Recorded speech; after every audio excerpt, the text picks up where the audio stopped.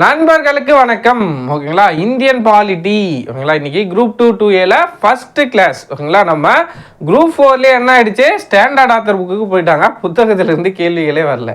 அதனால் நம்ம என்ன பண்ண போகிறோம், குரூப் 2 2A என்பது டிகிரி லெவல் எக்ஸாம். ஸோ நம்ம ஸ்டாண்டர்ட் ஆத்தர் புக்கான லக்ஷ்மிகாந்த் புக்கை ரெஃபர்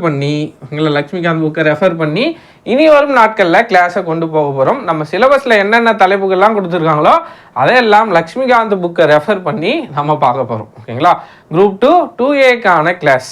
ஓகேங்களா, ஃபஸ்ட்டு இந்தியன் பாலிட்டியில் நம்ம பார்க்க போகிற முதல் தலைப்பு மேக்கிங் ஆஃப் கான்ஸ்டியூஷன், அரசியலமைப்போட உருவாக்கம். ஃபஸ்ட்டு அரசியலமைப்பு. ஓகேங்களா, அரசியலமைப்பு அப்படின்னா என்ன? ஓகேங்களா, அரசியலமைப்பை எதுக்கு உருவாக்குனாங்க அப்படின்னு பார்த்தோன்னா, இந்தியான்றது மிகப்பெரிய நாடு. ஓகேங்களா, இந்த நாடு எப்படி இருக்க போகுது? ஓகேங்களா, மக்களாட்சி நாடாக இருக்க போகுதா, குடியரசு நாடாக இருக்க போகுதா? ஓகேங்களா, அல்லது இதை யார் வழி நடத்த போகிறாங்க? குடியரசுத் தலைவர்னு ஒருத்தர் இருக்க போகிறாரா, பிரதமர்னு ஒருத்தர் இருக்க போகிறாரா, எத்தனை மாநிலங்கள் இருக்க போகுது? ஓகேங்களா, எத்தனை மாநிலங்கள் இருக்க போது, யூனியன் பிரதேசம்னு ஒன்று இருக்க போகுதா? ஓகேங்களா, இந்த மாதிரி என்னென்னலாம் வேணுமோ. ஓகேங்களா, பிரதமரோட கடமையெல்லாம் என்ன, குடியரசுத் தலைவர் என்னென்னலாம் அவருக்கு பவர் இருக்குது, ஒரு மாநிலத்தோட பவர்ஸ் என்னென்ன, ஓகேங்களா, மாநிலம் என்னென்ன பண்ணலாம், ஒரு மத்திய அரசு. ஓகேங்களா, மத்திய அரசு நினைச்சா மாநிலத்தில் என்னென்ன சட்டம் ஏற்றலாம், இப்படி எல்லாவற்றையும் ஓகேங்களா இந்தியாவே வழி நடத்துகிற ஒரு புத்தகம் தான் அந்த அரசியலமைப்பு புத்தகம். அந்த அரசியலமைப்பு புத்தகத்தை தான் நம்ம இந்தியன் பாலிட்டியில் டீட்டெயில்டாக பார்க்க போகிறோம்.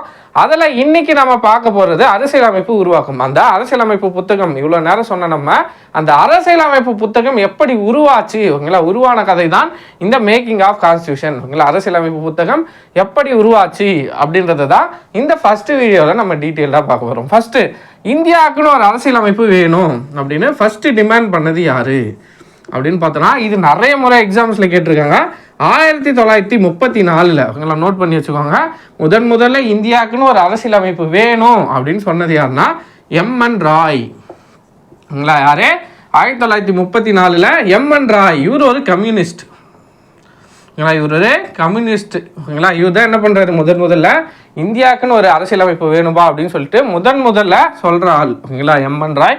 அடுத்தது 1935 என்ன பண்ணுறாங்க, காங்கிரஸ். ஓகேங்களா, INC, இந்திய தேசிய காங்கிரஸ். ஓகேங்களா, இல்லது காங்கிரஸ் எப்படின்னா வச்சுக்கோங்க. காங்கிரஸ் தான் என்ன பண்ணுறாங்க, 1935 இந்தியாவுக்குன்னு ஒரு அரசியலமைப்பு வேணும் அப்படின்னு சொல்கிறாங்க. அடுத்ததா 1938 என்ன பண்ணுறாரு, ஜவஹர்லால் நேரு என்ன பண்ணுறாரு, 1938 இந்தியர்களாலே இந்திய நாடு வழி நடத்தணும், ஸோ இந்தியாவுக்குன்னு ஒரு அரசியலமைப்பு வேணும் அப்படின்னு சொல்லிட்டு ஜவஹர்லால் நேரு சொல்கிறாரு.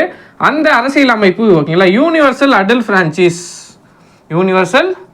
ஃப்ரான்ச்சைஸ், அதாவது தமிழில் வயது வந்தோர் வாக்குரிமை அடிப்படையில் தான் அந்த அரசியலமைப்பு இருக்கணும் அப்படின்னு சொல்கிறாரு. இதையும் கேட்டிருக்காங்க எக்ஸாமில். ஜவஹர்லால் நேரு 1938 இந்தியாவுக்குன்னு ஒரு அரசியலமைப்பு வேணும், இந்தியர்களாலே வழி நடத்துகிற எந்த ஒரு நாடு தலையிடாத இந்திய அரசியலமைப்பு, இந்தியாவுக்குன்னு ஒரு அரசியலமைப்பு வேணும்னு சொல்கிறாரு.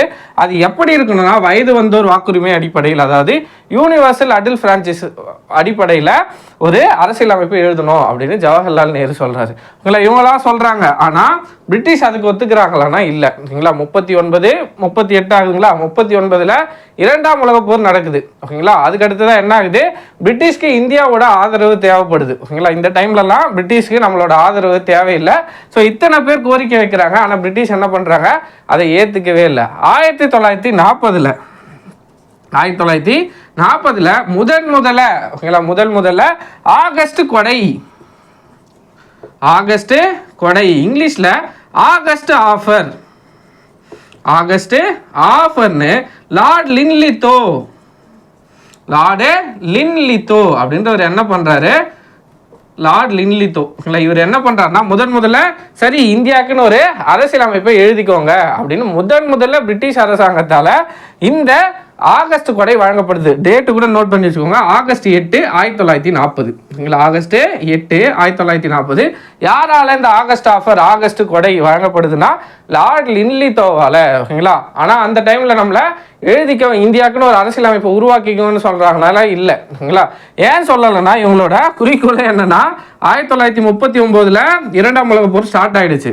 ஓகேங்களா. 39ல் இரண்டாம் உலகப் போர் ஸ்டார்ட் ஆகிடுச்சு.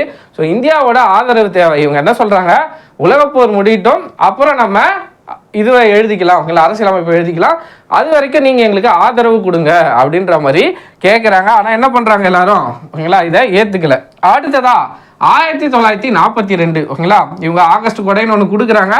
ஆனால் என்ன ஆகுது, நீங்கள் இரண்டாம் உலகப் போர் முடிந்ததுக்கு அப்புறம் அதை பற்றி நம்ம பேசலாம், இப்போதைக்கு எங்களுக்கு ஆதரவு கொடுங்க அப்படின்னு பிரிட்டிஷ் கேட்குறாங்க. ஸோ இதுவும் கைவிடப்படுது. அடுத்ததா 1942, ஓகேங்களா, 40ல் இந்த ஆகஸ்ட் கொடை முடிஞ்சது. யாரும் அரசியலமைப்பை உருவாக்கலை, எதுவுமே அதை பற்றி எதுவுமே பேசலை, ஓகேங்களா, அதோடு முடிஞ்சது. 1942 கிரிப்ஸ் மிஷன், அதாவது கிரிப்ஸ் தூதுக்குழு, இவங்க என்ன பண்ணுறாங்கன்னா, கிரிப்ஸ் தூதுக்குழு, கிரிப்ஸ் தூதுக்குழு, இந்த குழு என்ன சொல்றதுன்னா மார்ச், ஓகேங்களா, மாதம் கூட ஞாபகம் வச்சுக்கோங்க. மார்ச் 1942 கிரிப்ஸ் மிஷன் என்ன சொல்லுது, இவங்களும் அதே தான் சொல்றாங்க, நீங்க இரண்டாம் உலகப் போருக்கு எங்களுக்கு ஆதரவு கொடுங்க, உலகப்போர் முடிஞ்சதும் நம்ம இதை பற்றி பேசலாம் அப்படின்னு சொல்கிறாங்க. காந்தி இந்த டைமில் என்ன சொல்லியிருப்பார், இந்த கிரிப்ஸ் மிஷனோட அறிக்கையை என்ன சொல்லியிருப்பார்னா, பின் தேதியிட்ட காசோலை அப்படின்னு காந்தியால் சொல்லப்பட்டது இந்த கிரிப்ஸ் மிஷனோட அறிக்கை, ஓகேங்களா. இப்படியே போயிட்டு இருக்குது. ஒரு கட்டத்தில், ஓகேங்களா, 1946, ஓகேங்களா, 42 போயிடுச்சு, ஓகேங்களா, அதுக்கப்புறம் அதை பற்றி பேசுகிறத விட்டாங்க. 1946 இங்கிலாந்தில், ஓகேங்களா, இங்கிலாந்தில் என்ன பண்ணுறாங்க, கேபினட் மிஷன், ஓகேங்களா, இங்கிலீஷில் கேபினட் மிஷன், அரசியலமைப்பு தூதுக்குழு, ஓகேங்களா, அரசியலமைப்பு தூதுக்குழு அப்படின்னு ஒன்று இங்கிலாந்தில் அமைக்கப்படுது. எதுக்காக இந்த அரசியலமைப்பு தூதுக்குழு அப்படின்னு ஒன்று 1946 அமைக்கிறாங்கன்னு பார்த்தோன்னா, இதோட வேலை, ஓகேங்களா, இந்த கேபினட் மிஷனோட வேலை என்னன்னா, இந்தியாவுக்கு ஒரு அரசியலமைப்பை உருவாக்குறதுக்கு இந்த குழு மூலயமாக ஒரு 3 பேர் அனுப்பி வைக்கப்பட்டாங்க, ஓகேங்களா. இது கேட்பாங்க. ஒன்று லாரன்ஸ், ஓகேங்களா, பெத்திக் லாரன்ஸ் அப்படின்னு சொல்லுவாங்க. அடுத்ததா கிரிப்ஸ், ஓகேங்களா, இங்கே பார்த்தோம்ல நம்ம கிரிப்ஸ், ஓகேங்களா, அந்த கிரிப்ஸ், ஓகேங்களா, கிரிப்ஸ். மூணாவதா யாருன்னு பார்த்தோன்னா அலெக்சாண்டர், ஓகேங்களா, பெத்திக் லாரன்ஸ், ஸ்டாம்ஃபோர்ட் கிரிப்ஸ், அடுத்ததா ஏவி அலெக்சாண்டர். இவங்க 3 பேரையும் என்ன பண்ணுறாங்க, இங்கிலாந்தில் கேபினட் மிஷன் ஒன்றுன்னு ஆரம்பித்து இந்த 3 பேரையும் இந்தியாவுக்கு போய் ஒரு அரசியலமைப்பை எழுதி கொடுங்க அப்படின்ற மாதிரி, அதுக்கான பணிகளை நீங்கள் மேற்கொள்ளுங்கன்ற மாதிரி இந்த 3 பேரை அனுப்பி வைக்கிறாங்க. இவங்க என்ன பண்ணுறாங்கன்னா, இந்தியாவுக்கு வராங்க. இந்தியாவுக்கு வந்து அரசியலமைப்பு நிர்ணய சபை, ஓகேங்களா, இவங்க நல்லா ஞாபகம் வச்சுக்கோங்க. 1934 எம்என் ராய் ஃபஸ்ட்டு இந்தியாவுக்குன்னு ஒரு அரசியலமைப்பு வேணுன்றாரு. அதுக்கடுத்து காங்கிரஸ் சொல்கிறாங்க. அடுத்ததாக ஜவஹர்லால் நேரு சொல்கிறாரு. அடுத்ததாக ஆகஸ்ட் கொடை வழங்கப்படுது. அதுக்கடுத்ததாக கிரிப்ஸ் மிஷன் அவங்களோட அறிக்கையை கொடுக்குறாங்க. அடுத்ததாக கடைசியாக 1946 இங்கிலாந்தில் கேபினட் மிஷன் அரசியலமைப்பு தூதுக்குழு அப்படின்னு ஒன்று அமைக்கப்படுது. அந்த குழுவில் 3 பேர் இருக்கிறாங்க, ஸ்டாம்ஃபோர்ட், கிரிப்ஸு, அடுத்ததாக பெத்திக் லாரன்ஸ், ஏவி அலெக்சாண்டர், ஓகேங்களா, 3 பேர் இருக்காங்க. இவங்க என்ன பண்ணுறாங்க, இந்த 3 பேர் கொண்ட குழு என்ன பண்ணுறதுன்னா, இந்தியாவில் கான்ஸ்டியூஷன் அசம்பிளி, ஓகேங்களா, கான்ஸ்டியூஷன் அசம்பிளியை உருவாக்குது. அது என்ன கான்ஸ்டியூஷன் அசம்பிளி, அதாவது அரசியலமைப்பு நிர்ணய சபை, ஓகேங்களா, அரசியலமைப்பு நிர்ணய சபை அப்படின்னு ஒரு சபையை உருவாக்குது. இந்த சபை எதற்காகன்னு பார்த்தோன்னா, ஓகேங்களா, இந்தியாவுக்குன்னு ஒரு அரசியலமைப்பு எழுத போகிறோம். ஸோ இந்த சபை அப்படின்றது என்னென்னா ஒரு பார்லிமெண்ட் மாதிரி. இவங்க தான் என்ன பண்ண போகிறாங்க, எல்லா சட்டங்களையும் எழுத போகிறாங்க, ஓகேங்களா. அரசியலமைப்பு நிர்ணய சபை அப்படின்னு ஒன்று இங்கிலாந்தில் ஃபஸ்ட்டு கேபினட் மிஷன் ஆரம்பிக்கிறாங்க, ஓகேங்களா. அதில் ஒரு 3 பேர் கொண்ட குழு. அந்த குழு என்ன பண்ணுது, இந்தியாவுக்கு வந்து கான்ஸ்டியூஷன் அசம்பிளி, அதாவது அரசியலமைப்பு நிர்ணய சபைன்னு ஒரு சபையை உருவாக்குது. அந்த சபையில், ஓகேங்களா, மொத்தமாக 389 பேர் இருக்கணும் அப்படின்னு அந்த குழு நிர்ணயிக்குது. எதனால் 389 பேர் அப்படின்னு பார்த்தோம்னா, ஃபஸ்ட்டு ப்ரொபோஷனல் ரெப்ரசன்டேஷன், ஓகேங்களா. எதன் அடிப்படையில் இந்த 389 பேர் அரசியலமைப்பை எழுத சொல்லிட்டாங்க, ஓகேங்களா. கேபினட் மிஷன் வந்து ஸோ உங்களுக்குன்னு இந்தியாவுக்குன்னு ஒரு அரசியலமைப்பை எழுதிக்கோங்க அப்படின்னு சொல்கிறாங்க. அப்படி அவங்க சொல்லும்போது, ஓகேங்களா, அந்த ஒரு குழு, ஓகேங்களா, அந்த குழு தான் அரசியலமைப்பை உருவாக்க போது. அந்த குழுவில் மொத்தமாக 389 பேர் இருக்கணும்னு அந்த கேபினட் மிஷன் சொல்லுது, ஓகேங்களா. இந்த அரசியலமைப்பு நிர்ணய சபையில் 389 பேர் தான்ப்பா இருக்கணும், ஓகேங்களா, அப்படின்னு இந்த 3 பேர் சொல்கிறாங்க. அப்படி ஞாபகம் வச்சுக்கோங்க. எதனால் 389 பேர் அப்படின்னு பார்த்தோன்னா, ஃபஸ்ட்டு ப்ரொபோஷனல் ரெப்ரசன்டேஷன், ஓகேங்களா, விகிதாச்சார முறையில், ஓகேங்களா, விகிதாச்சார முறையில். அது என்ன விகிதாச்சார முறை, ஓகேங்களா. இந்தியா ஒரு மிகப்பெரிய நாடாக இருக்குது, ஓகேங்களா. நிறைய மாநிலங்கள் இருக்குது, நிறைய மன்னர் மாநிலங்கள்லாம் இருக்குது ஓகேங்களா, பிரின்ஸ்லி ஸ்டேட்ஸ் அதெல்லாம் இருக்குது ஓகேங்களா. அதனால் என்ன பண்ணுறாங்கன்னு பார்த்தோன்னா ப்ரொபோஷனல் ரெப்ரசன்டேஷன் மூலியமாக விகிதாச்சார முறையில் 10 லட்சம் மக்கள் ஓகேங்களா, 10 லட்சம் மக்கள் இருக்காங்கன்னா அதில் ஒருத்தர் என்ன பண்ணுவாங்க, அந்த அரசியலமைப்பு நிர்ணய சபைக்கு போவாங்க ஓகேங்களா. இப்போ தமிழ்நாட்டில் 10 லட்சம் பேர் இருக்காங்கன்னா தமிழ்நாட்டை சார்ந்து ஒருவர் இந்த கான்ஸ்டியூஷன் அசம்பிளி அரசியலமைப்பு நிர்ணய சபைக்கு போவார். அந்த ஒரு நபர் என்ன பண்ணுவார், அந்த அரசியலமைப்பை எழுதுறதுக்கு அவரு ஹெல்ப் பண்ணுவார் ஓகேங்களா. அரசியலமைப்பு விவாதம் நடக்கும், எழுதுறதுக்கு ஒரு குழு அமைச்சிருப்பாங்க, அதை சார்ந்த விவாதம்லாம் நடக்கிறதுல பங்கெடுத்துக்கிறதுக்கு இந்த அரசியலமைப்பு நிர்ணய சபை, சிம்பிளாக சொன்னோம்னா இது ஒரு பார்லிமெண்ட் மாதிரி ஓகேங்களா. இது ஒரு பார்லிமெண்ட் மாதிரி ஓகேங்களா. பார்லிமெண்ட்ல எப்படி விவாதம் நடக்குது, சட்டம் கொண்டு வராங்க, அதை சார்ந்து விவாதம் நடக்குது, வாக்கெடுப்பு மூலமாக அது எப்படி நிறைவேற்றப்படுதோ அதே மாதிரி இந்த அரசியலமைப்பு நிர்ணய சபை என்பது ஒரு பார்லிமெண்ட் ஓகேங்களா. இந்த பார்லிமெண்ட்டு தேர்ந்தெடுக்கப்படுறாங்க ஓகேங்களா. 10 லட்சம் பேருக்கு ஒருத்தர். அப்போ மொத்தமாக இந்தியாவில் 389 பேர் தேர்ந்தெடுக்கிறாங்கன்னா அப்போ எவ்வளோ பேர் இருந்திருப்பாங்கன்னா 38.9 கோடி மக்கள் தொகை இந்தியாவில் இருந்திருக்கும் ஓகேங்களா. அவங்களோட கணக்கெடுப்பின்படி 389 பேர்னா 38.9 கோடி மக்கள் தொகை இருக்காங்க. ஸோ 10 லட்சம் பேருக்கு ஒருத்தர் ஓகேங்களா, 10 லட்சம் பேருக்கு ஒரு பிரதிநிதி போகணும் ஓகேங்களா. அடுத்ததா ரெண்டாவது கண்டிஷன் என்னன்னு பார்த்தோன்னா கம்யூனிட்டி பேசிஸில் ஓகேங்களா. கம்யூனிட்டி பேசிஸில் என்னன்னு பார்த்தோன்னா என்னென்ன கம்யூனிட்டியாக ஃபஸ்ட்டு பிரித்தாங்கன்னா முஸ்லீம், சீக்கு ஓகேங்களா, முஸ்லீம் சீக்கியர்கள். அடுத்ததா ஜென்ரல் பொது. இந்த பொதுவில் தான் யார் யார் வருவாங்கன்னா ஹிந்துஸ் வருவாங்க ஓகேங்களா, கிறிஸ்டியன்ஸ் வருவாங்க ஓகேங்களா, எல்லா கேஸ்டஸ் எல்லாமே அதில் வருவாங்க, இந்த ஜென்ரலில் வருவாங்க. ஸோ கம்யூனிட்டி பேசிஸில் பிரிக்கிறாங்க. ப்ரொபோஷனல் ரெப்ரசன்டேஷன் 10 லட்சம் பேருக்கு ஒருத்தராக பிரிக்கிறாங்க. அடுத்ததா பார்ட்லி நாமினேட்டட்.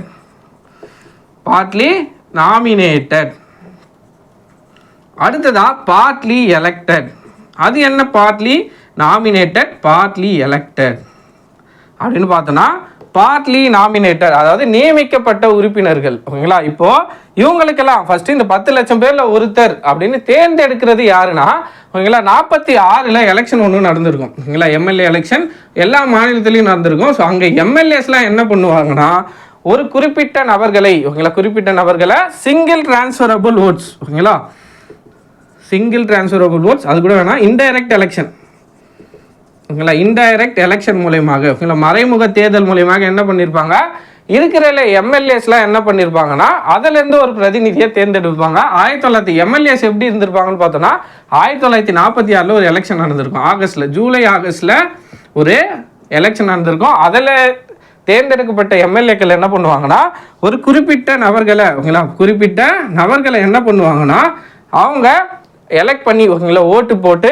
எப்படி இருக்குன்னா ஓட்டு இன்டைரக்ட் எலெக்ஷன் ஓகேங்களா, மக்கள்லாம் பங்கெடுத்தால் தான் அது டைரக்ட் எலெக்ஷன். இன்டைரக்ட் எலெக்ஷன் மூலியமாக சிங்கிள் டிரான்ஸ்ஃபரபிள் ஓட்ஸ் ஓகேங்களா, ஒற்றை மாற்று வாக்குன்னு சொல்லுவோம்ல, அந்த வாக்கு மூலியமாக இப்போது குடியரசுத் தலைவருக்குலாம் எலெக்ஷன் நடக்குது, நம்மளாம் தேர்ந்தெடுக்கிறோம் ஓகேங்களா. இருக்கிற எம்எல்ஏஸ்லாம் எப்படி ஓட்டு போட்டு தேர்ந்தெடுக்கிறாங்களோ அதே மாதிரி குறிப்பிட்ட நபர்களை ஓகேங்களா இந்த எம்எல்ஏஸ்லாம் தேர்ந்தெடுத்தும் இந்த கான்ஸ்டியூஷன் அசம்பிளிக்கு அனுப்பலாம் ஓகேங்களா. அடுத்ததான் பார்ட்லி எலெக்டட். இந்த பார்ட்லி எலெக்டட் ஓகேங்களா, பார்ட்லி எலெக்டட் இவங்க. பார்ட்லி நாமினேட்டட் யாரு அப்படின்னு பார்த்தோம்னா இந்தியாவில் நிறைய என்னன்னு பார்த்தோன்னா சுதேச அரசுகள் இருந்திருக்கும் ஓகேங்களா. தஞ்சையில் சரபோஜி மன்னர், ஹைதராபாத்தில் நிஜாம், அதே மாதிரி டெல்லியில் ஹரிசிங், இந்த மாதிரி மன்னர்கள்லாம் ஓகேங்களா, ஜம்மு காஷ்மீரில் ஹரிசிங் ஓகேங்களா, இந்த மாதிரி மன்னர்கள்லாம் இருந்திருப்பாங்க ஓகேங்களா. அந்த மன்னர்கள்லாம் என்ன பண்ணுவாங்கன்னா பார்ட்லி நாமினேட் பண்ணியிருப்பாங்க ஓகேங்களா. ஒரு சில மன்னர்கள் என்ன பண்ணியிருப்பாங்க இவங்கெல்லாம் போகலாம் அப்படின்னு சொல்லிட்டு அவங்க நாமினேட் பண்ணியிருப்பாங்க ஓகேங்களா. இந்த மாதிரி பார்ட்லி எலெக்டடாக இருந்திருக்கும், பாதி நாமினேட்டட் ஓகேங்களா. அடுத்ததான் இன்டைரக்ட் எலெக்ஷன் மூலியமாக ஓகேங்களா கொஞ்சம் பேர் தேர்ந்தெடுத்தாங்க. அடுத்ததா மிக முக்கியமானது என்னன்னு பார்த்தோன்னா சீஃப் கமிஷனர் ப்ரொவின்சஸ்.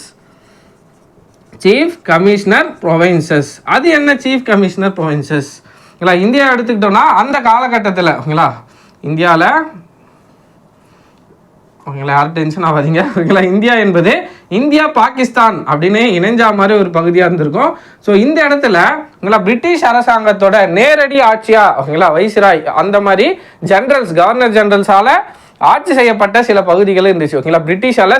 பிரிட்டிஷால ஆளப்பட்ட முக்கியமான ஒரு 4 பகுதிகள் இருந்துச்சு. என்னென்னு பார்த்தோன்னா அஜ்மீர், டெல்லி, கூர்க், அடுத்ததா பலுசிஸ்தான் ஓகேங்களா.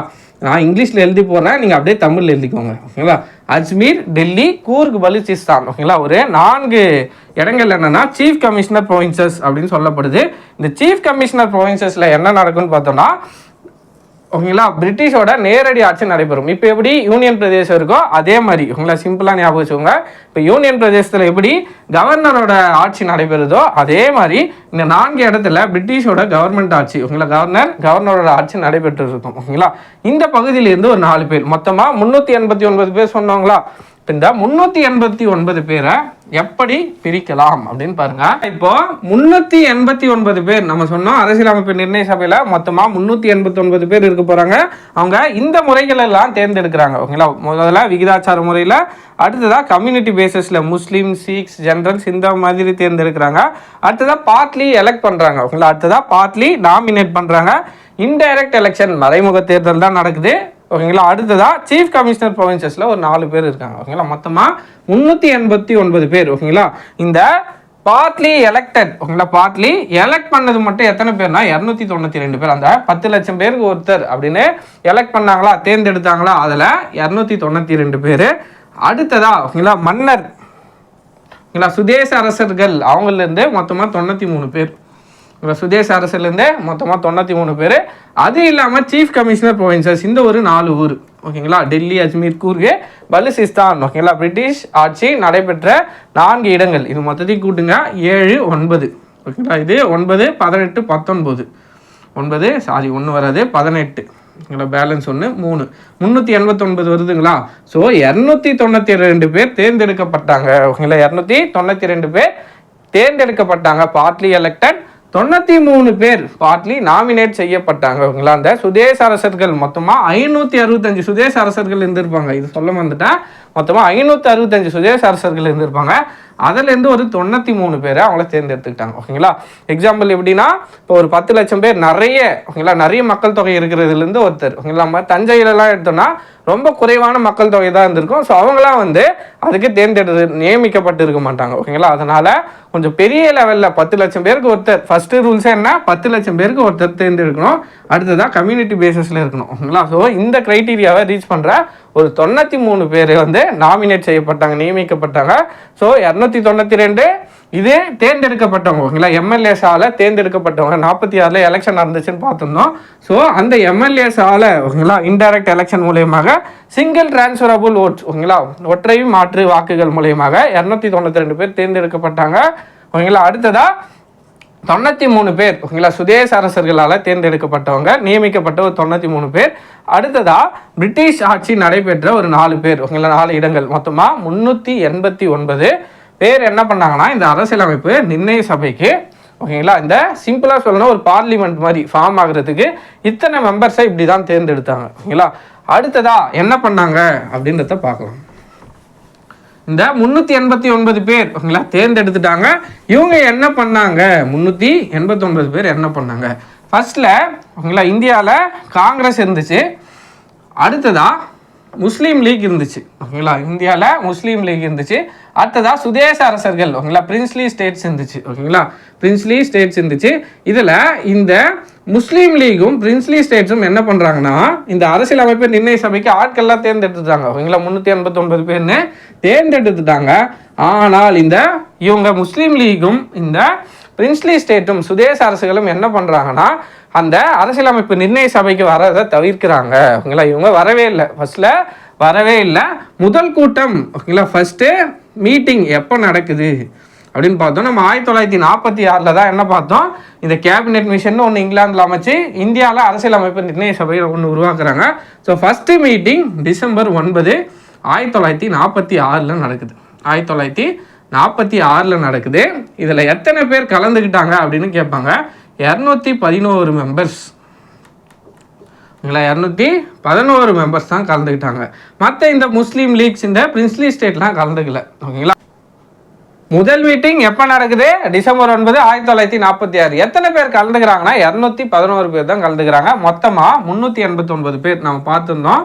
389 பேர் அதில் பார்ட்லி எலெக்டட், ஓகேங்களா, தேர்ந்தெடுக்கப்பட்டவங்க ஒரு 292 பேர். ஓகேங்களா. அடுத்ததா பிரிட்டிஷ் கவர்மெண்ட் ப்ரொவின்ஸால ஒரு 4 பேர் பார்த்தோம். அடுத்ததா சுதேச அரசர்கள் ஒரு 93, மொத்தம் 389ன்னு பார்த்தோங்களா. இந்த 389ல 211 பேர் தான் கலந்துக்கிட்டாங்க. யார் யாரெல்லாம் கலந்துக்கல, இந்த நம்ம இங்கே பார்த்த மாதிரி இந்த சுதேச அரசுகள் இந்த முதல் மீட்டிங்கில் ஓகேங்களா, முதல் கூட்டத்தில் பங்கேற்றுக்கல. அடுத்ததா இந்த 296 நம்ம எப்படி பிரிக்கலாம்னா ஓகேங்களா, காங்கிரஸ் சார்பாக எத்தனை பேர் தேர்ந்தெடுக்கப்பட்டாங்கன்னா 208 பேர். ஓகேங்களா, காங்கிரஸ் சார்பாக எத்தனை பேர் தேர்ந்தெடுக்கப்பட்டிருந்தாங்க இந்த 296ல் நல்லா ஞாபகம் வச்சுக்கோங்க. மொத்தம் 389 பேர். அதில் நம்ம பார்த்துருந்தோம் 292 வந்து பார்ட்லி எலெக்டட் ஓகேங்களா, தேர்ந்தெடுக்கப்பட்டவங்க ஓகேங்களா, ஓட் போட்டு தேர்ந்தெடுக்கப்பட்டவங்க 292 பேர்.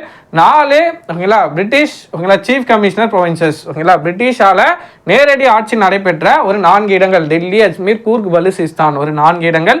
அதுக்கு அடுத்ததுமா 93 சுதேச அரசுகள். இதில் இந்த 93 சுதேச அரசர்கள் வரல.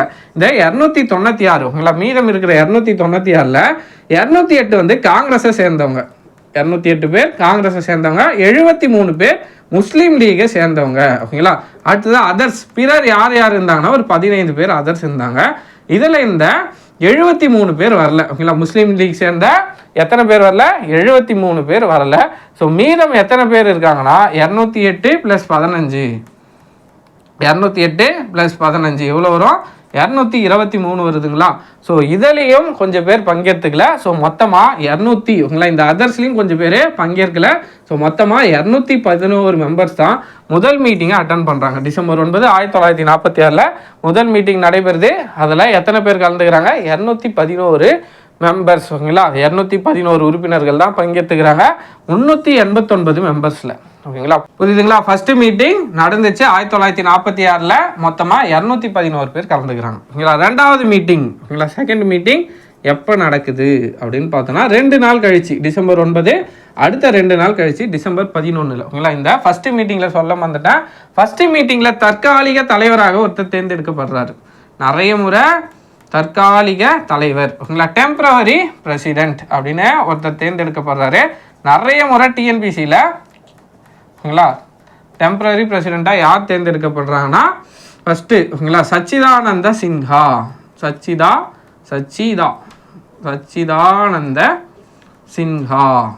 சச்சிதானந்த சின்ஹா இவர் தான் என்ன பண்ணுறாரு, முதல் டெம்பரரி பிரசிடெண்ட்டாக தேர்ந்தெடுக்கப்படுறாரு ஓகேங்களா. எதன் மூலயமாக, நம்ம யூனிவர்சல் அடல்ட் ஃப்ரான்ச்சைஸ் ஒன்று பார்த்துருந்தோம், வயது வந்தோர் வாக்குரிமை ஓகேங்களா. அதன் அடிப்படையில் அந்த சபையிலே மிகவும் மூத்தவர், வயதானவர் என்ற அடிப்படையில் இது ஒரு ஃப்ரெஞ்சு ப்ராக்டிஸ் ஓகேங்களா. ஃப்ரெஞ்சில் இப்படி தான் பண்ணுவாங்க, ஃப்ரெஞ்சு ஓகேங்களா, ஃப்ரெஞ்சில் அவங்களோட ப்ராக்டிஸ் தான் இந்த யூனிவர்சல் அடல்ட் ஃப்ரான்ச்சைஸ். அதன் அடிப்படையில் தான் சச்சிதானந்த சின்ஹா முதல் தற்காலிக தலைவராக தேர்ந்தெடுக்கப்படுகிறார். எக்ஸாமில் நிறைய முறை கேட்டிருக்காங்க, முதல் தற்காலிக தலைவர் யார், அரசியலமைப்பு நிர்ணய சபை கான்ஸ்டியூஷன் அசம்பிளியோட ஃபர்ஸ்ட் டெம்பரரி பிரசிடென்ட் யாருன்னா டாக்டர் சச்சிதானந்த சின்ஹா. எதன் அடிப்படையில், யூனிவர்சல் அடல்ட் ஃப்ரான்ச்சைஸ் ஓகேங்களா, இது ஒரு ஃப்ரெஞ்ச் ப்ராக்டிஸ் ஓகேங்களா, அதன் மூலயமாக தேர்ந்தெடுக்கப்படுறாரு. அதுக்கு அடுத்ததா ஓகேங்களா நிரந்தர தலைவராக, இதையும் இப்போ பார்த்துருவோங்களா, நிரந்தர தலைவராக இவர் டெம்பரவரி, அடுத்ததான் நிரந்தர தலைவராக ஒருத்தர் தேர்ந்தெடுக்கப்படுறாரு. அவர் தான் டாக்டர் ராஜேந்திர பிரசாத் ஓகேங்களா. முதல் டெம்பரரி பிரசிடென்ட் யாருன்னா சச்சிதானந்த சின்ஹா. ஃபர்ஸ்ட் பெர்மனன்ட் பிரசிடென்ட் யாருன்னு பார்த்தோன்னா ராஜேந்திர பிரசாத் ஓகேங்களா. அடுத்ததா 2 துணைத் தலைவர்கள் தேர்ந்தெடுத்திருப்பாங்க ஓகேங்களா, 2 துணைத் தலைவர்கள் தேர்ந்தெடுத்திருப்பாங்க. யார் யாருன்னு பார்த்தோன்னா இதையும் எக்ஸாம்ஸில் கேட்பாங்க. எச்.சி. முகர்ஜி, வி.டி. கிருஷ்ணமாச்சாரி ஓகேங்களா. தமிழில் கொஞ்சம் எழுதிக்கோங்க ஓகேங்களா, தமிழில் கொஞ்சம் எழுதுறது சிரமமாக இருக்குது ஓகேங்களா. நிரந்தர தலைவர் டாக்டர் ராஜேந்திர பிரசாத், நான் 2 கலந்த மாதிரி எழுதிடுறேன். நிரந்தர தலைவர் டாக்டர் ராஜேந்திர பிரசாத் ஓகேங்களா. துணைத் தலைவராக 2 பேர் தேர்ந்தெடுக்கிறாங்க ஓகேங்களா. யாருன்னு பார்த்தோன்னா எச்.சி. முகர்ஜி, வி.டி. கிருஷ்ணமாச்சாரி ஓகேங்களா, 2 பேரை தேர்ந்தெடுக்கிறாங்க. அடுத்ததாக 2வது மீட்டிங் டிசம்பர் 11 நடக்குது. இந்த டிசம்பர் 11 மிக முக்கியமான ஒரு நாள் ஓகேங்களா. அப்ஜெக்டிவ் ரெசல்யூஷன் ஓகேங்களா, குறிக்கோள் தீர்மானம் ஓகேங்களா. அப்ஜெக்டிவ் ரெசல்யூஷன் அதாவது தமிழில் குறிக்கோள் தீர்மானம் அப்படின்னு ஒன்று ஓகேங்களா. இந்திய நாடு எப்படி இருக்க போகுது, குறிக்கோள் தீர்மானம் அப்படின்னு ஒன்று ஜவஹர்லால் நேரு ஓகேங்களா. நேரு என்ன பண்ணுறாரு, முதல் அரசியலமைப்பு நிர்ணய சபையில் கொண்டு வர்றாரு ஓகேங்களா. இந்திய நாடு எப்படி இருக்க போகுது, சிம்பிளாக சொன்னோன்னா ப்ரீஎம்பிள் இருக்குங்களா, முகவுரையோட ஒரு டிராஃப்ட் வெர்ஷன் தான் இந்த அப்ஜெக்டிவ் ரெசல்யூஷன் ஓகேங்களா. ப்ரீஎம்பிள்னா என்ன, முகவுரைனா என்ன, நம்ம பேஜில் இருக்கிற ஓகேங்களா ஒரு புக்கில் இருக்கிற இண்டெக்ஸ் பேஜ் மாதிரி என்னென்னலாம் இருக்குது அப்படின்றத நம்ம முன்னாடி பார்த்தே கண்டுபிடிச்சோம்ல, அதே மாதிரி இந்திய அரசியலமைப்புக்கு முகவுரை என்பது அந்த முகவுரைக்கு ஓகேங்களா முன்னோடியாக கொண்டு வரப்பட்டது தான் இந்த அப்ஜெக்டிவ் ரெசல்யூஷன், குறிக்கோள் தீர்மானம். யார் கொண்டு வந்தது? ஜவஹர்லால் நேரு. அடுத்ததா செகண்ட் மீட்டிங் டிசம்பர் 11 நடந்துச்சு ஓகேங்களா, டிசம்பர் 11 1946. அடுத்ததா ஓகேங்களா ஜனவரி 22 வருது 1947 ஓகேங்களா, இதெல்லாம் 46. அடுத்த வருஷம் வந்து 47ல் இந்த கான்ஸ்டியூஷன் அசம்பிளி இந்த அப்ஜெக்டிவ் ரெசல்யூஷனை அடாப்ட் பண்ணுறாங்க ஓகேங்களா. இந்திய நாடு எப்படி இருக்க போகுது? இறையாண்மை மிக்க நாடாக இருக்க போதா ஓகேங்களா, டெமோக்ராட்டிக் மக்களாட்சியுடைய நாடாக இருக்க போதா அப்படின்றது தான் அந்த அப்ஜெக்டிவ் ரெசல்யூஷனில் சொல்லப்பட்டிருந்துச்சு. அந்த மாதிரியான விஷயங்கள் கொண்ட அப்ஜெக்டிவ் ரெசல்யூஷன் ஜனவரி 22 1947 ஓகேங்களா அந்த குறிக்கோள் தீர்மானம் என்னப்படுது? அடாப்ட் செய்யப்படுது, ஏற்றுக்கொள்ளப்படுது அரசியலமைப்பு நிர்ணய சபையால். யாரால? அரசியலமைப்பு நிர்ணய சபையால் ஓகேங்களா, நிர்ணய சபையால் இந்த அப்ஜெக்டிவ் ரெசல்யூஷன் குறிக்கோள் தீர்மானம் ஏற்றுக்கொள்ளப்படுது. எப்போ ஃபஸ்ட்டு அறிமுகப்படுத்துகிறாரு நேரு? டிசம்பர் 11 1946. ஜனவரி 22 1946 இந்த குறிக்கோள் தீர்மானம் அப்ஜெக்டிவ் ரெசல்யூஷன் அரசியலமைப்பு நிர்ணய சபை கான்ஸ்டியூஷன் அசம்பிளியால் ஏற்றுக்கொள்ளப்படுகிறது ஓகேங்களா. அடுத்ததா என்ன பார்க்க போகிறோம்னா, இப்போ இந்த பிரச்சனை போயிட்டுருக்கு ஓகேங்களா. நம்ம முன்னாடியே பார்த்தோம் முஸ்லீம் லீக்லாம் இந்த கான்ஸ்டியூஷன் அசம்பிளியே பங்கேற்கல, வெறும் 211 பேர் தான் பங்கேற்கிறாங்க அப்படின்ற மாதிரி நம்ம பார்த்துருந்தோம். அடுத்ததாக என்ன நடந்துச்சு அப்படின்னு பார்த்தோன்னா, ஒரு கட்டத்தில் மவுண்ட் பேட்டன் வராரு ஓகேங்களா, இந்தியாவுக்கு மவுண்ட் பேட்டன் வராரு ஓகேங்களா. மவுண்ட் பேட்டன் வந்து என்ன பண்ணுறாருன்னா ஜூன் 3 பிளான் அப்படின்னு ஒன்று அறிவிக்கிறார் ஓகேங்களா. ஜூன் 3 பிளான்னு ஒன்று அறிவிக்கிறாரு. ஏப்ரல் மாதம் வரைக்கும் ஓகேங்களா நம்ம ஜனவரியில் அப்ஜெக்டிவ் ரெசல்யூஷன் 1947 ஏற்றுக்கொள்ளப்பட்டது, குறிக்கோள் தீர்மானம் ஏற்றுக்கொள்ளப்பட்டதுன்னு பார்த்தோம். ஏப்ரலில் ஓகேங்களா மொத்தம் 211 பேர் வந்தாங்களா, இன்னும் ஒரு 4 ஓகேங்களா பிரின்ஸ்லி ஸ்டேட் மன்னர் சுதேச அரசுகள் மட்டும் என்ன பண்ணுறாங்க, அந்த அசம்பிளியில் கான்ஸ்டியூஷன் அசம்பிளியில் 211 பேர் இருந்தாங்களா, ஒரு 4 பேர் மட்டும் என்ன பண்ணுறாங்க அப்புறமா வந்து ஏப்ரலில் வந்து சேர்றாங்க. அடுத்தது என்ன பண்ணுறாரு, ஜூன் 3 பிளான் ஒன்று மவுண்ட் பேட்டன் அறிவிக்கிறாரு. இது முஸ்லீம் லீக் ஏன் இதில் பங்கேற்கல அப்படின்றத சொல்ல மறந்துட்டேன். முஸ்லீம் லீக் ஏன் கான்ஸ்டியூஷன் அசம்பிளியில் பங்கேற்க மாட்டேங்கிறாங்க ஓகேங்களா, அரசியலமைப்பு நிர்ணய சபையில் ஏன் பங்கேற்கலைன்னா அவங்க தனி நாடு கோரிக்கையை வைக்கிறாங்க ஓகேங்களா. இந்தியாவை எங்களுக்கு பாகிஸ்தான்னு பிரித்து தனி நாடாக கொடுங்க அப்படின்ற மாதிரி கேட்குறாங்க. பட் அதை பற்றி எந்த ஒரு விஷயமும் கான்ஸ்டியூஷன் கேபினெட் மிஷனோ சரி கான்ஸ்டியூஷன் அசம்பிளிலோ அதை பற்றி எதுவுமே சொல்ல. ஸோ என்ன பண்ணுறாங்க, ஒரே நாடு ஓகேங்களா ரெண்டுமே சேர்த்து இந்தியாவே எப்படி இருந்துச்சுன்னா அப்போது நம்ம முன்னாடி போட்ட டயக்ராம் தான் ஓகேங்களா, கொஞ்சம் அட்ஜஸ்ட் பண்ணிக்கோங்க ஓகேங்களா. பாகிஸ்தான் ஓகேங்களா இது மொத்தமே சேர்த்து ஓகேங்களா, இந்த இடம் மொத்தமே சேர்த்து என்னவா இருந்துச்சு, இந்தியாவாக இருந்துச்சு. ஸோ என்ன பண்ண சொல்லிட்டாங்க, இந்தியா எங்களுக்கு பாகிஸ்தான் தனி நாடு, முஸ்லீம்ஸ் அதிகமாக இருக்கிற எங்களுக்கு தனி நாடு கோரிக்கையை வைக்கிறாங்க முஸ்லீம் லீக். அது கேபினெட் மிஷனோ அது கான்ஸ்டியூஷன் அசம்பிளியோ ஏற்றுக்கல. அதனால் என்ன பண்ணுறாங்க, முஸ்லீம் லீக் வந்து இந்த கான்ஸ்டியூஷன் அசம்பிளியில் கலந்துக்கல ஓகேங்களா, அந்த மீட்டிங்கில் எதுலையுமே கலந்துக்கல. மவுண்ட் பேட்டன் என்ன பண்ணுறாரு, ஜூன் 3 பிளான்னு ஒன்று அறிவிக்கிறார் ஓகேங்களா. ஜூன் 3 திட்டம் மவுண்ட் பேட்டன் பிரபுவால் அறிவிக்கப்பட்டது இந்த ஜூன் 3 திட்டம். இந்த திட்டத்தின் மூலியமாக என்ன சொல்ல வர்றாருன்னு பார்த்தோன்னா, இந்தியா பாகிஸ்தான் ஓகேங்களா, இந்திய நாடு இந்தியா பாகிஸ்தான் 2ஆக பிரிக்கப்படும். என்ன சொல்றாரு, இந்தியா பாகிஸ்தானு 2ஆக பிரிக்கப்படும் ஓகேங்களா, ராட்லீஃப் வச்சு நாங்கள் எல்லைகளை வரையறுத்து தரோம் அப்படின்ற மாதிரி மவுண்ட் பேட்டன் சொல்லிடுவார். இப்போ என்ன ஆகுதுன்னா, இந்த 389 பேரும் ஒரே அடியாக எல்லாரும் ப்ரெசென்ட் ஆகிடுவாங்க ஓகேங்களா. 211 பேர் தான் நம்ம கான்ஸ்டியூஷன் அசம்பிளிக்கு ஃபஸ்ட்டு மீட்டிங் வந்தாங்க, ஏப்ரலில் ஒரு 4 பேர் வந்தாங்க அப்படின்னு பார்த்தோம். இந்த மவுண்ட் பேட்டனோட ஜூன் 3 பிளானுக்கு அப்புறமாக பிறகு என்ன ஆச்சுன்னா, எல்லாரும் வந்து இந்தியா பாகிஸ்தான் தான் பிரிக்கிறேன்னு சொல்லிட்டாங்களே சொல்லிட்டு முஸ்லீம் லீகும் வர ஆரம்பிச்சிட்டாங்க. சுதேச அரசர்களை என்ன பண்ணுறதுன்னு தெரியல. ஸோ பிரிக்கிறேன்னு சொல்லிட்டாங்க, இந்தியாவுக்கு சுதந்திரம் கொடுக்க போகிறாங்க போல், ஸோ நம்மளும் போயிடலான்னு சொல்லிட்டு அவங்களே என்ன பண்ணுறாங்க, கான்ஸ்டியூஷன் அசம்பிளிக்கு வராங்க.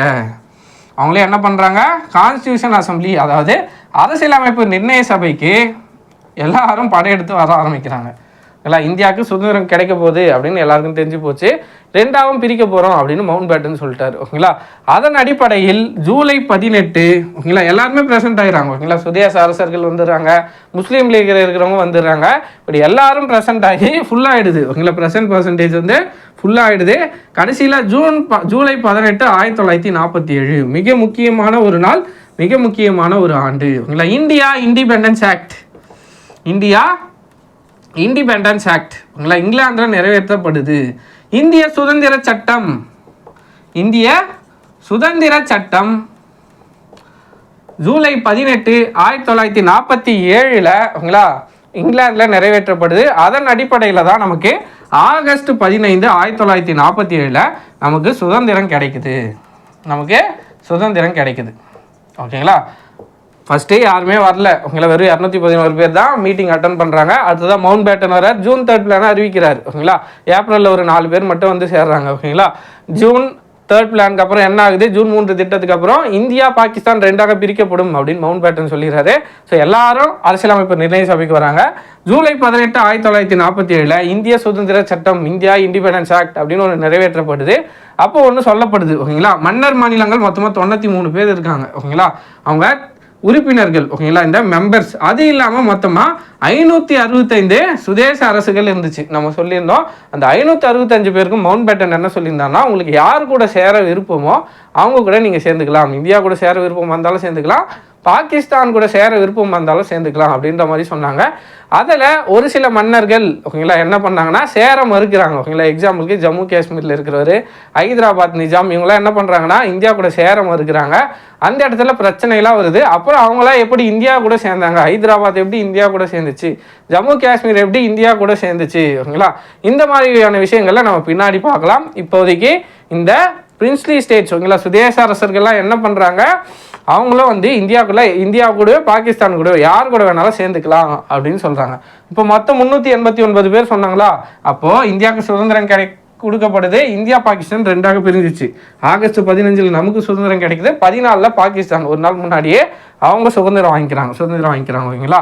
இந்திய சுதந்திர சட்டம் எப்போ, ஜூலை 18, 1947 இதெல்லாம் நடந்துகிட்டே இருக்கு ஓகேங்களா. இப்போது நம்ம பார்த்தோம் 292 4 அடுத்ததாக ஒரு 93 பேர் இப்படி பார்த்தோம் மொத்தமாக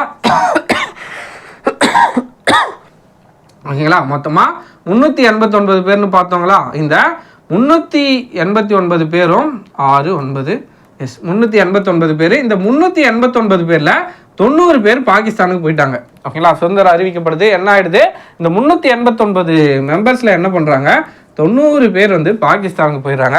அப்போ இந்தியாவில் இருக்கிற கான்ஸ்டியூஷன் அசம்பிளியில் இப்போ கரண்ட்டில் எவ்வளோ பேர் இருக்காங்கன்னா வெறும் 299 பேர் இருக்காங்க. எவ்வளோ, 290 பேர் என்ன ஆகிடுறாங்க, பாகிஸ்தானுக்கு போயிடுறாங்க. மிச்சம் எவ்வளோ இருக்கு, 299 பேர் இருக்காங்க ஓகேங்களா. இந்த 299 பேர் என்ன பண்ணுறாங்கன்னா இந்தியாவிற்கான அரசியலமைப்பை வடிவமைக்கிறதுக்கான பணிகளில் ஈடுபடுறாங்க. சிம்பிளாக என்ன சொல்லணும்னா ஒரு பார்லிமெண்ட்டோட வேலையை தான் இந்த 299 பேர் செய்கிறாங்க ஓகேங்களா. அதுக்கடுத்ததான் என்ன நடந்துச்சு அப்படின்னு பார்த்தோன்னா இந்த 80 பேர் தான் ஓகேங்களா. இந்த அரசியலமைப்பு நிர்ணய சபைக்கு 299 பேர் தான் இந்தியாவில் இருக்காங்க. இதை நம்ம இன்னும் கூட பிரிக்கலாம். 229 ஓகேங்களா நார்மலான தேர்ந்தெடுக்கப்பட்டவங்க ஓகேங்களா. அடுத்ததாக ஒரு 70 பேர் என்னென்னா பிரின்ஸ்லி ஸ்டேட் ஓகேங்களா, சுதேச அரசுகள் ஒரு 70 பேர், மொத்தமாக 299 பேர் இருக்காங்க. இந்த நேரத்தில் இந்த கான்ஸ்டியூஷன் அசம்பிளி என்னவா மாறுதுன்னா ஒரு தற்காலிக பாராளுமன்றமாக, நம்ம ஆல்ரெடியே அது பாராளுமன்றம் மாதிரி தான் செயல்பட்டு வந்துச்சு. இப்போ பாகிஸ்தானும் பிரித்து அனுப்பிட்டாங்க. ஸோ இப்போ ஓகேங்களா ஒரு பாராளுமன்றமாக செயல்பட ஆரம்பிக்குது இந்த அரசியலமைப்பு நிர்ணய சபை ஓகேங்களா. ஃபஸ்ட்டு எப்போ அமைக்கிறாங்க அரசியலமைப்பு நிர்ணய சபை, ஃபஸ்ட்டு மீட்டிங் எப்போ நடக்குது, டிசம்பர் 9, 1946. ரெண்டாவது மீட்டிங் டிசம்பர் 11. அதுதான் ஜனவரி 22 இந்த அப்ஜெக்டிவ் ரெசல்யூஷன் அடாப்ட் செய்யப்படுது. மவுண்ட் பேட்டனோட ஜூன் 3 பிளான் வருது. அதுக்கு முன்னாடி ஏப்ரலில் ஒரு 4 பேர் பிரின்ஸ்லி ஸ்டேட் சேர்றாங்க. ஜூன் 3 பிளானில் என்ன சொல்லப்படுது, இந்தியா பாகிஸ்தான் 2ஆக பிரிக்கப்படும் அப்படின்னு சொல்லப்படுது. அடுத்ததாக 389 பேர் அரசியலமைப்பு நிர்ணய சபையில் 90 பேர் பாகிஸ்தானுக்கு போயிடுறாங்க. ஸோ அந்த மவுண்ட் பேட்டன் என்ன சொல்லியிருப்பாருன்னா யார் வேணாலும் எங்கே வேணாலும் போய்க்கலாம் அப்படின்ற மாதிரி சொல்லியிருப்பாரு. ஸோ 90 பேர் போயிடுறாங்க. இப்போது வெறும் 299 பேர் தான் இருக்காங்க இந்தியாவில் ஓகேங்களா.